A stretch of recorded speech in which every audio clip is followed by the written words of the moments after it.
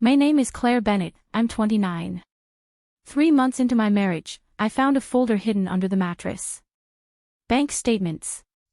Red ink. Overdraft warnings dating back a year.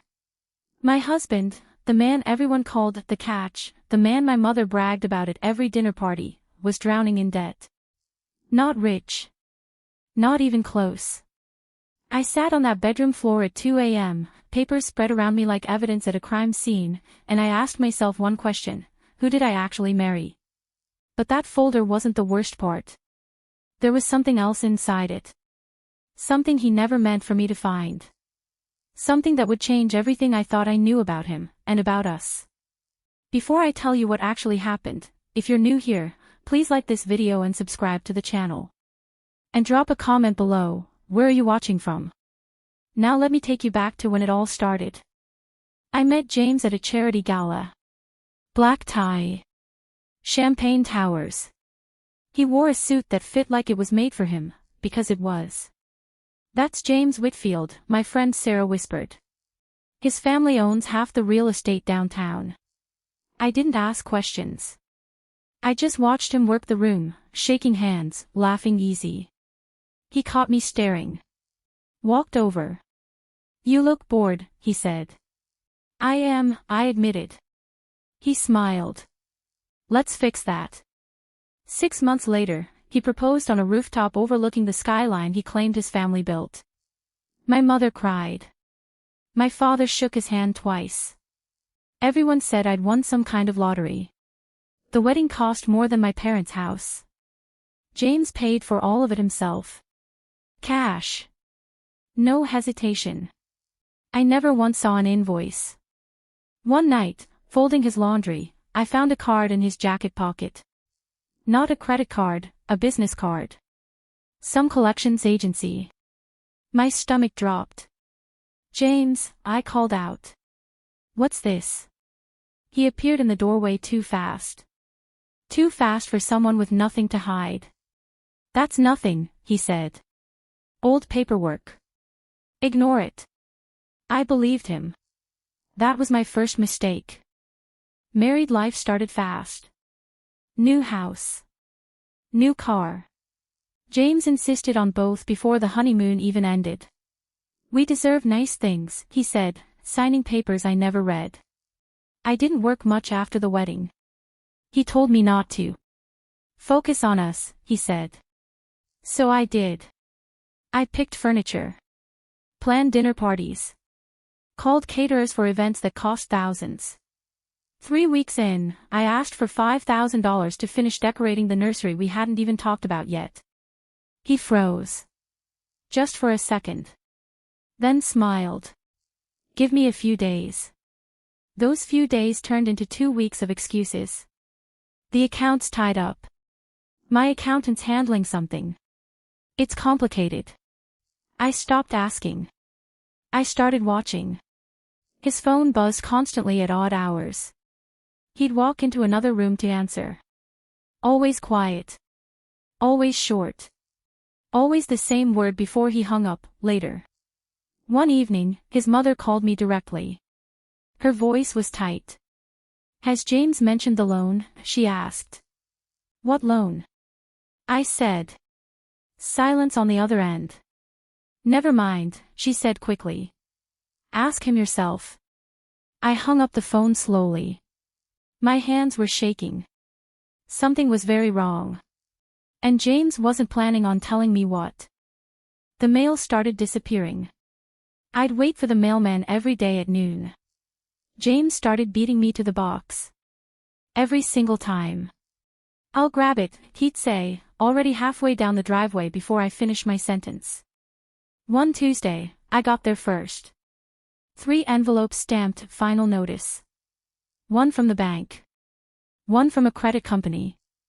One I didn't recognize at all, a law office downtown. I held them in my hands when James walked in. His face went white. Those are old, he said, reaching for them. Before we met. I'm handling it. James, this one's dated last week. He didn't answer. That night, I couldn't sleep. I crept downstairs at 1 a.m. and found his laptop still open on the kitchen table. A banking app. Balance, -$4,000. My throat tightened. I heard footsteps behind me. James stood in the doorway, arms crossed. "You shouldn't be looking at that," he said quietly. "Why not?" "I'm your wife." "Because you wouldn't understand." "Try me." He walked past me without a word and shut the laptop. I sat alone in the dark kitchen, staring at nothing, realizing I knew almost nothing about the man I married. I confronted his mother the next morning. Showed up at her house uninvited, coffee still in hand. "Tell me about the loan," I said. She sighed. Sat me down at her kitchen table. "James's father left debts when he died. Big ones. James took over the business to save it. It didn't work out the way he hoped. So there's no real estate empire." She looked at me carefully. "There was. Once. James is trying to build it back." My chest tightened. "He let me believe. He didn't want to lose you," she said. "He thought if he had more time, he could fix it before you found out." I drove home in silence, gripping the wheel too tight. That night, I found him in his study, papers spread everywhere. Contracts. Numbers. A name I didn't recognize circled in red, Marcus Doyle. "Who's Marcus Doyle?" I asked. James startled, quickly covering the papers. "Someone I'm working a deal with. It's big, Claire. It could fix everything." "When were you going to tell me any of this?" "When it worked," he said. "I didn't want to scare you before I knew for sure." I stared at him. "You didn't want to scare me. You already did." I called Sarah the next day. Told her everything. "Claire, this is insane," she said. "You need to see a lawyer. Protect yourself. He says it's temporary. Some deal with a man named Marcus Doyle." Sarah went quiet. "Marcus Doyle? The developer? You know him. Everyone in this city knows him. He's ruthless. He eats guys like James for breakfast." That night I started digging. Really digging. James's old texts. Emails he forgot to log out of. A trail of missed payments going back 2 years, long before we even met. Then I found something else. An email thread between James and Marcus Doyle, dated just days after our engagement. Subject line, contingency on the Whitfield land deal. My hands trembled reading it. James had signed something. Something tied to property his family still owned. Something worth millions, if it went through. If it didn't, they'd lose everything. The house. The name. All of it. I sat back in my chair, heart pounding. He wasn't broke by accident. He was gambling everything on one deal, and he married me in the middle of the biggest risk of his life. And he never said a word. I didn't confront him right away. I watched instead. James started coming home later. Suits wrinkled. Phone glued to his hand. One night he walked in and dropped his briefcase like it weighed 100 pounds. "Rough day?" I asked, testing him. "Fine," he said. "Just work. Anything you want to tell me?" He looked up. For a second, I thought he might finally say it. Then he shook his head. "Nothing you need to worry about." I smiled and let it go. But inside, something had shifted. I wasn't the trusting wife anymore. I was building a case. I started saving screenshots. Copies of emails. Bank statements I photographed before he could hide them again. One evening, his phone rang while he was in the shower. I saw the caller ID, Marcus Doyle. I answered. "James, we need to talk numbers before Friday," Doyle said immediately. "If your father's signature isn't verified by then, the whole deal collapses." My stomach dropped. "This isn't James," I said. Silence. Then a slow chuckle. "You must be the wife. Ask your husband about the forged documents. See what he says." The line went dead. I stood frozen, phone in hand, staring at the bathroom door. James stepped out, towel around his waist, smiling until he saw my face. "Who was that?" he asked. "Marcus Doyle." I held up the phone. "He mentioned forged documents, James." "What is he talking about?" His smile disappeared completely. "Claire, let me explain." "Explain what?" "That you forged your father's signature. That you're committing fraud." "It's not fraud. It's complicated. I was going to fix it before anyone noticed." "Fix a forgery?" My voice cracked. "Do you hear yourself?" He reached for my hand.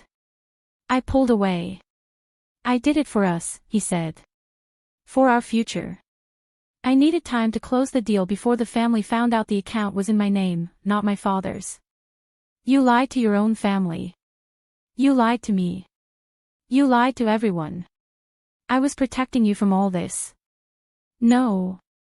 I stepped back. "You were protecting yourself." Tears blurred my vision, but I refused to let them fall in front of him. "I want a lawyer," I said quietly. "Not for a divorce. Not yet. But I need to know exactly what I married into."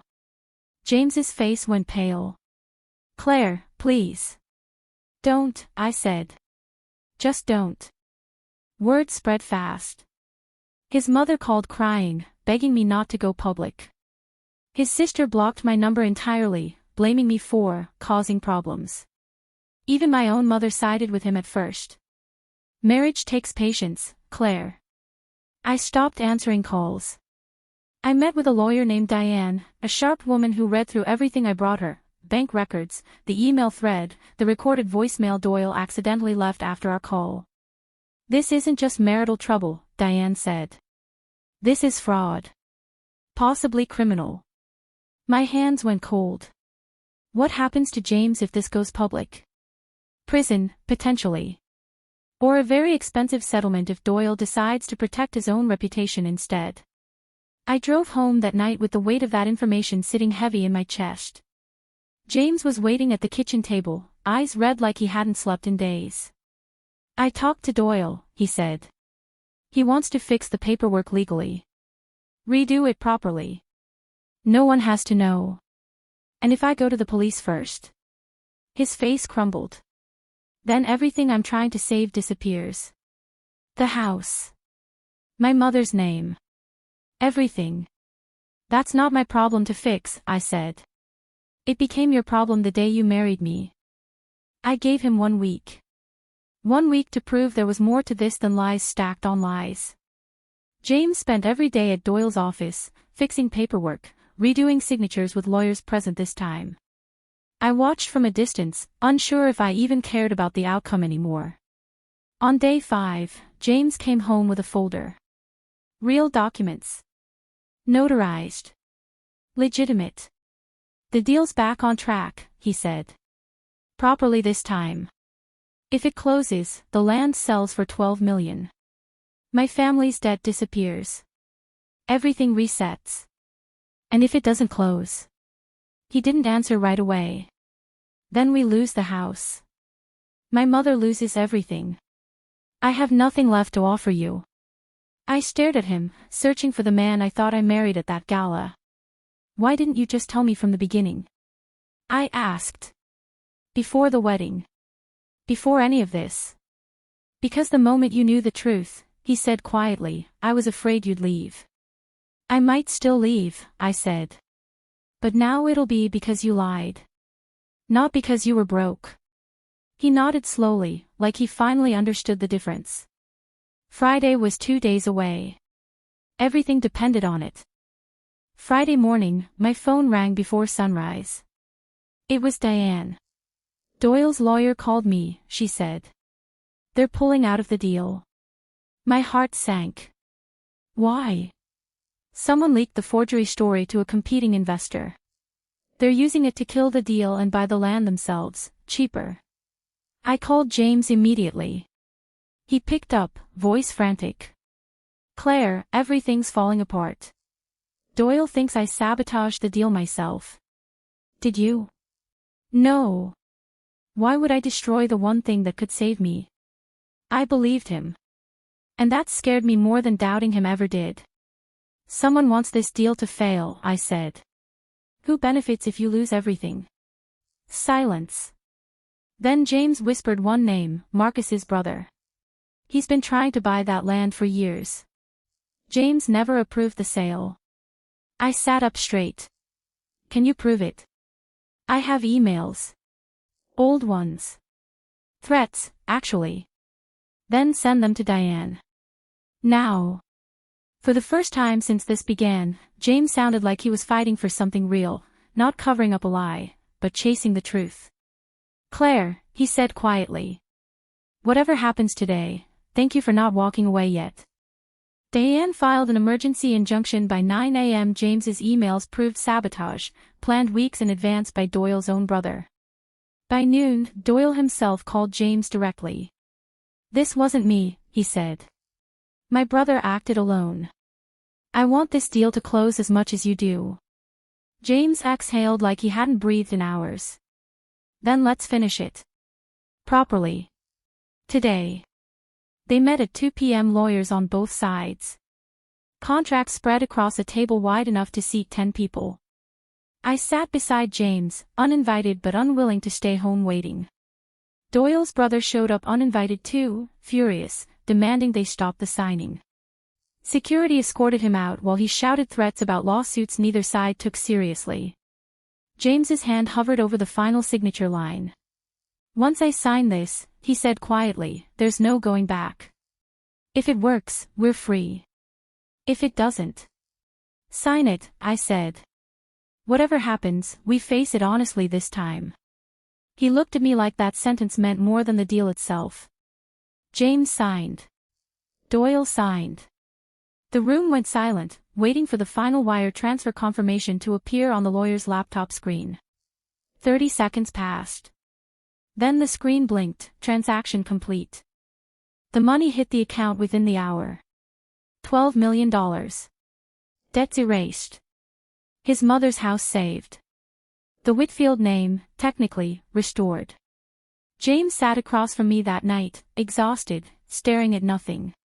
You could leave now, he said. You don't owe me anything anymore. I know, I said. So why are you still here? I thought about the folder under the mattress. The forged signature. The lies stacked on lies. And then I thought about the man who fought, finally, to fix what he broke, in front of me, not behind my back. I didn't marry your money, I said. I married the idea of you. Then I found out neither of us knew who that actually was. He reached for my hand. This time, I let him take it. We're starting over, I said. For real this time. No more secrets. No more folders hidden under mattresses. James nodded slowly. No more forged signatures either. I almost laughed. Almost. The house was quiet that night, for the first time in months. No collection calls. No hidden envelopes. Just two people deciding whether trust could actually be rebuilt from nothing. I still don't know the full answer. But for now, we're trying.